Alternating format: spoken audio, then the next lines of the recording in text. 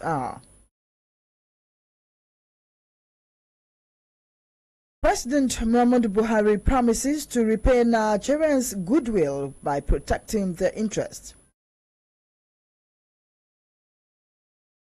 Nigeria's economy successfully exited recession, Osinbajo insists.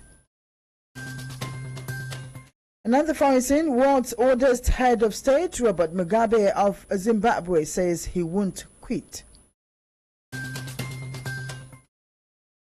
And in sports, Russia 2018 CAF shift AFCON qualifiers for Eagles, others at Picnic's request. These and more in a moment. Stay with us.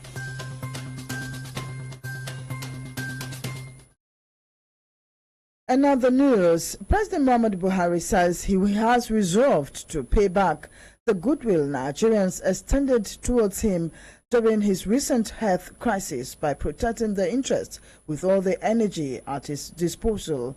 He restated his administration's commitment to improving security, fighting corruption and restructuring of the economy. Buhari spoke at the public presentation of a book, Making Steady Sustainable Progress for Nigeria's Peace and Prosperity, at the Presidential Villa, Abuja. He said within the limited resources available to him, his administration would continue to give priority to security by addressing herdsmen, farmers' clashes, kidnapping and armed robberies. The president also reassured Nigerians that his administration is working quietly to secure the release of the remaining girls who were kidnapped in the school in Chibok, Borno State, in 2014. Vice President Professor Yemi Osinbajo has insisted that the country has successfully exited recession, contrary to claims in some quarters that the country was still in it. Osinbajo, who said this at the 27th Biennial Conference of the Nigerian Institute of Quantity Surveyors in Abuja, said the economy is on the path of sustainable growth after getting it out of the woods. He said one of the most effective strategies the government employed to drag the economy out of the woods was its massive spending in the construction sector.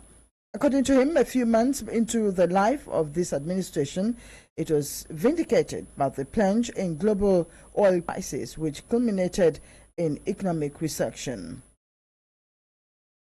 Meanwhile, Nigerians said despite reports that the country is out of an economic recession, they have not really felt the changes as they are still confronted with realities of hardship.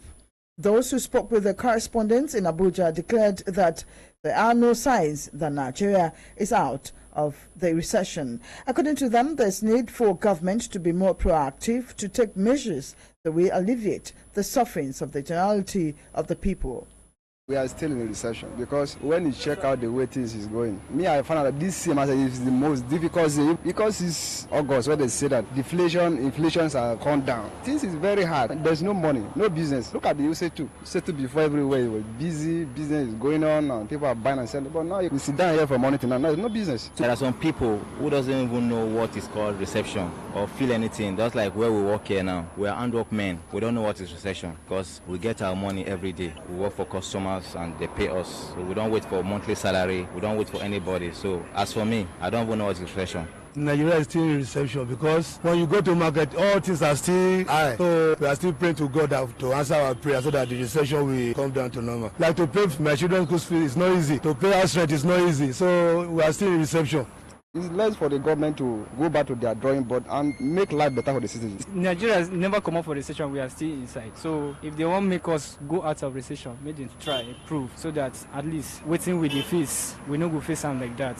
Yeah, they drive taxi very well. Before, they drive taxi, they make money. But now I cannot even make it. Last week, I give my wife money to go and buy rice. She say rice don't come down from market. Last week again, she still go say rice don't dey high again. I don't know whether before we reach Christmas, we go they buy 20,000 or how much. I don't know. So we still there inside. But we are praying for the government to change this country. Because that is what we vote for. We vote for change. Let them come out and do what will favor us. We the poor people. The Senate says it will commence the consideration of the general principles of the 2018 appropriation bill next week. Senate President Bukola Saraki on Thursday said the consideration of the budget would begin on Wednesday and end on Thursday. Saraki asked senators who would like to contribute to the debate on the general principle of the money bill to indicate by writing their names in the register. Chairman Senate Committee on Media and Public Affairs, Senator Aliyu Sabi Abdullahi, had told newsmen that copies of the budget as presented by President Muhammadu Buhari are being produced for distribution to senators. President Muhammadu Buhari on November 7 presented a budget of 8.612 trillion naira to a joint sitting of the Senate and House of Representatives for the 2018 fiscal year. The National Assembly is expected to pass the budget before the end of 2017 to enable the executive to begin its implementation on January 1st, 2018.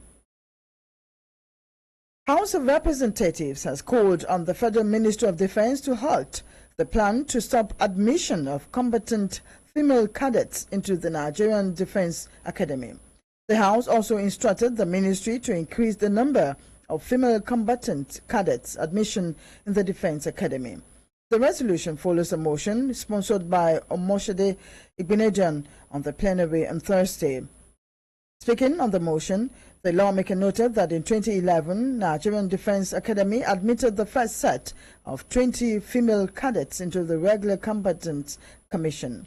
She noted that institutions are usually established to promote the provisions of the Constitution and not to breach them, as the military is trying to do with the plan to stop admission of combatant female cadets into the Nigerian Defense Academy. The House therefore mandated its Committee on Defense, Army, Navy and Air Force to investigate the matter and report back in 4 weeks for further legislative action. The need to be more security conscious, especially this season, has been stressed.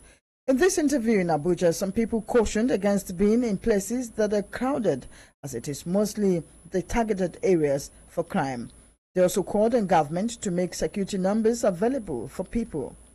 My advice for people during this festive period and a time like this is for everybody to be security conscious. We have to be security alert. You don't know who is who. When you see any suspicious movement or you see somebody that you are not comfortable with, you just make sure you raise alarm so that you should be able to protect yourself and other lives around you. Because the people who are doing all these bad things are also within us. They are our neighbors. They are our friends. They are people who we all eat and drink together with them to make sure we are not taken unaware in things like this. Because this is festive period where people gather in a very large crowd. That the ones who are bent to commit evil all the time come there looking so innocent, pretending as if they also come to join and celebrate us. So in the process, they commit their barbaric acts and they will all let other innocent people die along with them. When you take up security conscious, every individual needs to work. We are the secretaries of ourselves on this festive period. Everybody has to take control of himself because the criminal is among us. If you notice any irregularity, then you call the people in authority to take care of that. In a community, everybody knows everybody. When you come to a place and just see someone unfamiliar, it is imperative either you ask questions, please, who are you looking for, or you take caution. But when you see an unsuspected object, it's always advisable you run, because it may be a bomb, it may be something else. But the other thing that the government should make emergency number active, like 911, 112. It should be good. It should be toll free. It shouldn't be that when I have credit before I can call. Let MBC, let NCC, let the communication companies, the radio stations, the TV stations show us their own social responsibility by constantly announcing an emergency number for us to have it in our phones.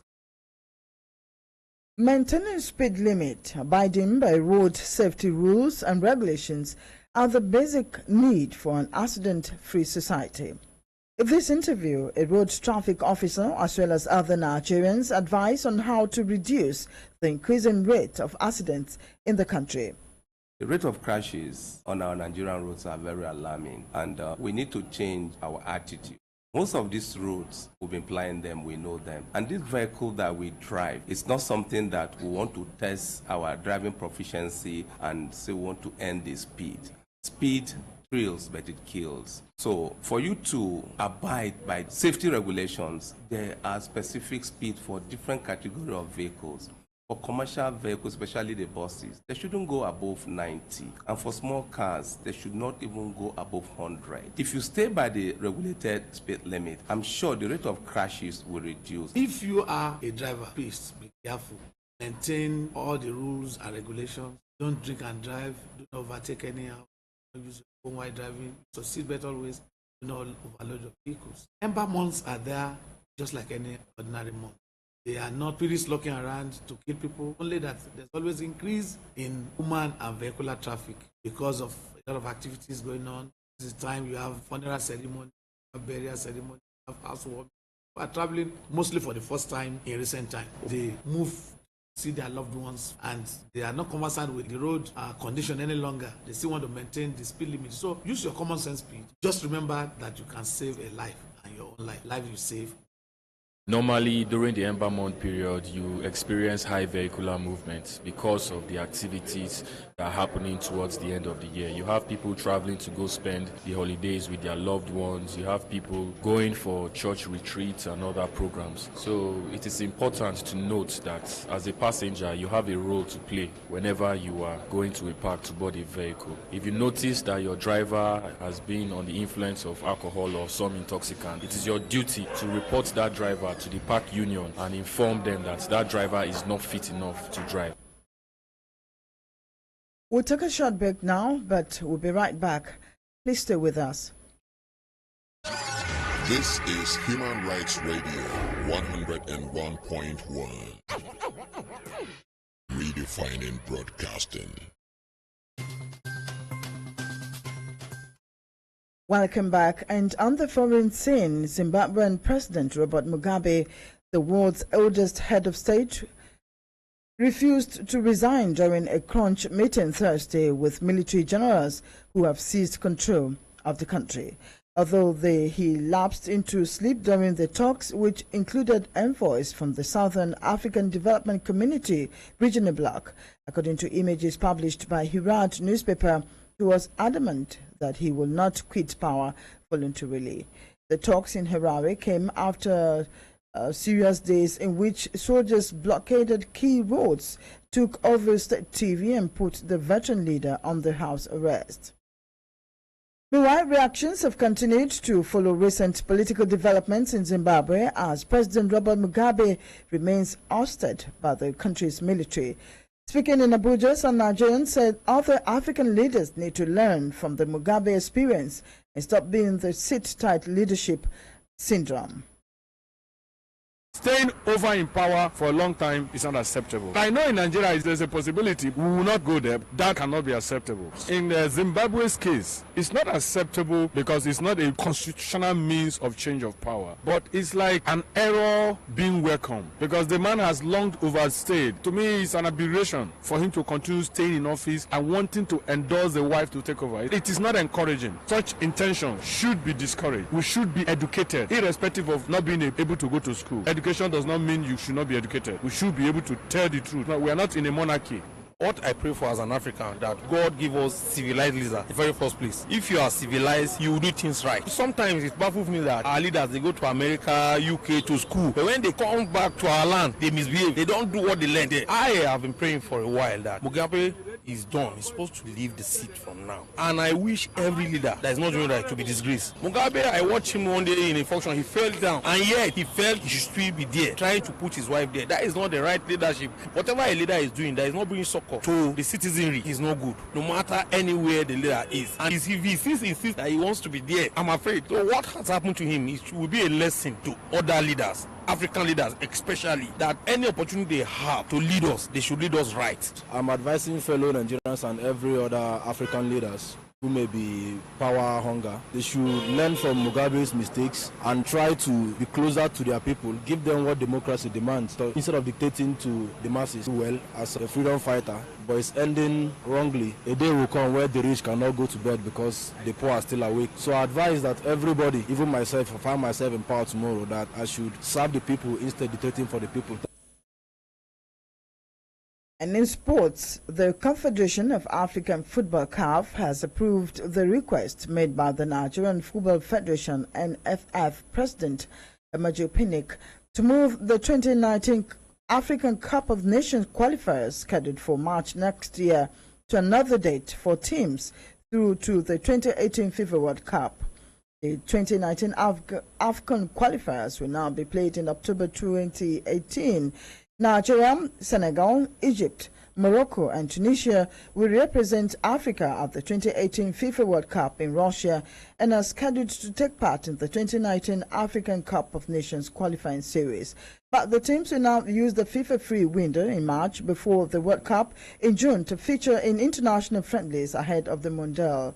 Nigeria was scheduled to play against Seychelles in March 2018 in continuation of the 2019 African Cup of Nations qualifiers, but will now face a highly rated team in a friendly after Pinnick's proposal was accepted. That's the news this hour, but before we go, we'd like to remind you that President Muhammadu Buhari has promised to repay Nigerians' goodwill by protecting their interests. And on the foreign scene, world's oldest head of state, Robert Mugabe of Zimbabwe, says he will not quit. And in sports, Russia 2018, CAF shift AFCON qualifiers for Eagles, others at Pinnick's request. And that's the news for this hour. My name is Oikeke Igado Kure. Thank you.